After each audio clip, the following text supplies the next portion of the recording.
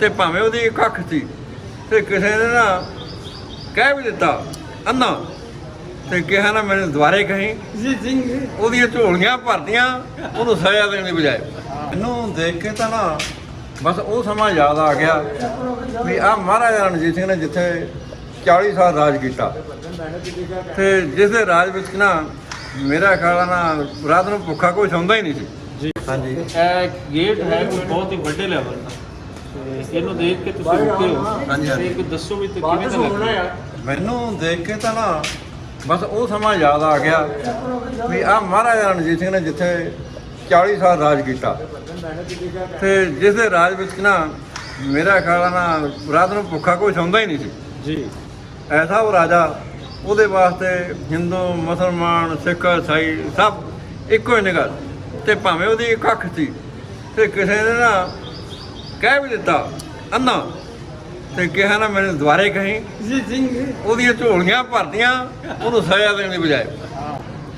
ਸਹੀ ਗੱਲ ਉਹਨੇ ਕਿਹਾ ਤੇਰੀ ਇੱਕੋ ਅੱਖ ਸੁਲੱਖਣੀ। ਇਹ ਇੰਨੇ ਲਫ਼ਜ਼ ਕਹੇ ਸੀ ਤੇ ਸ਼ਿਕਾਇਤ ਕਰਨ ਵਾਲਿਆਂ ਨੇ ਸ਼ਿਕਾਇਤ ਕੀਤੀ ਦਰਬਾਰ ਦੇ ਵਿੱਚ। ਜਦੋਂ ਉਹਨੂੰ ਪੁੱਛਿਆ ਨਾ ਵੀ ਤੁਸੀਂ ਆ ਉਹੀ ਸੁਣਾਓ ਤੇ ਜਦੋਂ ਉਹਨੇ ਬੋਲਿਆ ਤੇਰੀ ਇੱਕੋ ਅੱਖ ਸੁਲੱਖਣੀ ਤੇ ਵੇਖੋ ਉਹਦੀਆਂ ਝੋਲੀਆਂ ਭਰਦੀਆਂ ਜਿੱਥੇ ਉਹਨੂੰ ਨਾ ਦੂਜਿਆਂ ਨੇ ਤਾਂ ਲਿਆ ਸੀ ਨਾ ਵੀ ਇਹਨੂੰ ਸਜ਼ਾ ਦਵਾਵਾਂਗੇ।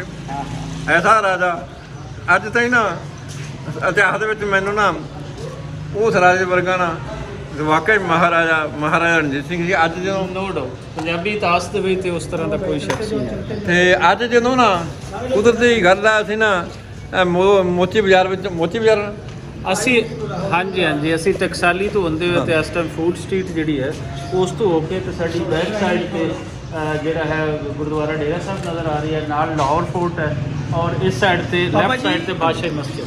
ਸਤਿ ਸ਼੍ਰੀ ਅਕਾਲ ਜਨਾਬ ਅਲੀ, ਕਿਹੜੀ ਜਗ੍ਹਾ ਤੋਂ ਪੰਜਾਬ ਕਿਹੜੀ ਜਗ੍ਹਾ?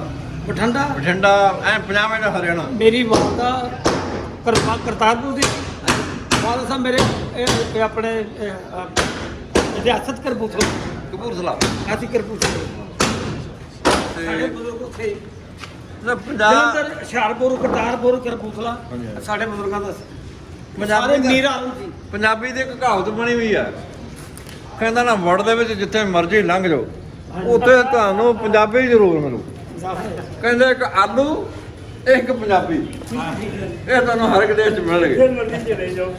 ਅੱਜ ਕੁਦਰਤੀ ਨਾ ਇੱਧਰੋਂ ਜੁੱਤੀਆਂ ਖਰੀਦਦੇ ਹੋਏ ਟਕਸਾਲੀ ਬਾਜ਼ਾਰ ਤੋਂ ਜਦੋਂ ਲੰਘਣ ਲੱਗੇ ਨਾ ਗੁਰਦੁਆਰਾ ਸਾਹਿਬ ਨੂੰ ਤੇ ਮੇਰੇ ਨਾਲ ਬੇਟੇ ਅਹਿਮਦ ਰਜ਼ਾ ਪੰਜਾਬੀ ਬਠਿੰਡਾ ਤੇ ਜਿਨ੍ਹਾਂ ਦੇ ਰਾਹੀਂ ਜਦੋਂ ਐਸ ਦਰਵਾਜ਼ੇ ਪਹਿਲੀ ਵਾਰ ਵੀ ਦੇਖਿਆ ਮੈਂ ਦਰਵਾਜ਼ਾ, ਹਾਲਾਂਕਿ ਉਹ ਦੂਸਰਾ ਦਰਵਾਜ਼ਾ ਤਾਂ ਗੁਰਦੁਆਰਾ ਵਾਲੀ ਸਾਈਡ ਤੇ ਹੈ ਕਿਲੇ ਦਾ। ਜੀ ਉਧਰ ਕਿਲੇ ਦੇ ਅੰਦਰ ਵੀ ਸੰਗਤਾਂ ਮੇਰਾ ਖਿਆਲ ਦਰਸ਼ਨ ਮੇਲੇ ਕਰ ਰਹੀਆਂ ਹੋਣਗੀਆਂ। ਸਾਡੇ ਬਜ਼ੁਰਗਾਂ ਨੇ ਕੁਝ ਸ਼ਹਿਰ ਦੱਸੇ ਸੀ, ਇੱਕ ਆਪਣੇ ਜਲੰਧਰ, ਹੁਸ਼ਿਆਰਪੁਰ, ਕਰਤਾਰਪੁਰ, ਕਪੂਰਥਲਾ ਤੇ ਉਮਰ ਟਾਂਡਾ ਵੀ ਇੱਥੇ ਹੈ।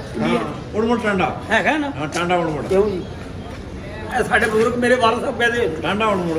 ਅਸੀਂ ਰਿਆਸਤ ਕਰਪੂਰਥਲੇ ਦੇ ਨਾ ਤੇ ਸਾਡੇ ਬਜ਼ੁਰਗ ਉੱਥੇ ਹੀ ਪੈਂਦੇ ਰਹੇ। ਕੋਈ ਗੇਟ ਦੇ ਬਾਰੇ ਦੱਸੋ ਚਾਚਾ ਜੀ। ਤੇ ਦਰਵਾਜ਼ੇ ਦੇ ਜਿਹੜੇ ਨਾ ਉਹ ਸਮੇਂ ਦੇ ਦਰਵਾਜ਼ੇ ਲੱਗੇ ਹੋਏ ਸੀ, ਗੇਟ ਲੱਗੇ ਹੋਏ ਸੀ ਤੇ ਮੈਂ ਵੇਖ ਕੇ ਨਾ ਇਸ ਅਚੰਭੇ 'ਚ ਆ ਗਿਆ।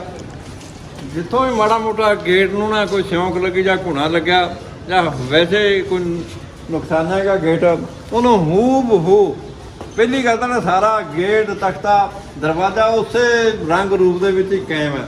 ਪਰ ਜਿੱਥੋਂ ਕਿਤੋਂ ਵੀ ਮਾੜਾ ਮੋਟਾ ਨਾ ਅਪਸੈਟ ਹੋਇਆ ਤੇ ਮੇਰੇ ਵੀਰ ਜਿਹੜੇ ਮਿਸਤਰੀ ਦਾ ਕੰਮ ਕਰ ਰਹੇ ਆ ਵਾਕਿਆ ਉਹਨੂੰ ਕੈਮਰਾ ਲਾਓ ਜੀ, ਉਹਨੂੰ ਨਜ਼ਰ ਵੀ ਆਉਣਾ ਚਾਹੀਦਾ ਜਿਹੜੇ ਸ਼ਖਸ ਕਰ ਰਹੇ। ਤੇ ਮੈਂ ਨਾਂ ਪੁੱਛਣਾ ਚਾਹੁੰਦਾ ਭਾਈ ਸਾਹਿਬ ਦਾ। ਗੁਲਾਮ ਬਾਦਸ਼ਾਹ, ਸੈਯਦ ਗੁਲਾਮ ਬਾਦਸ਼ਾਹ।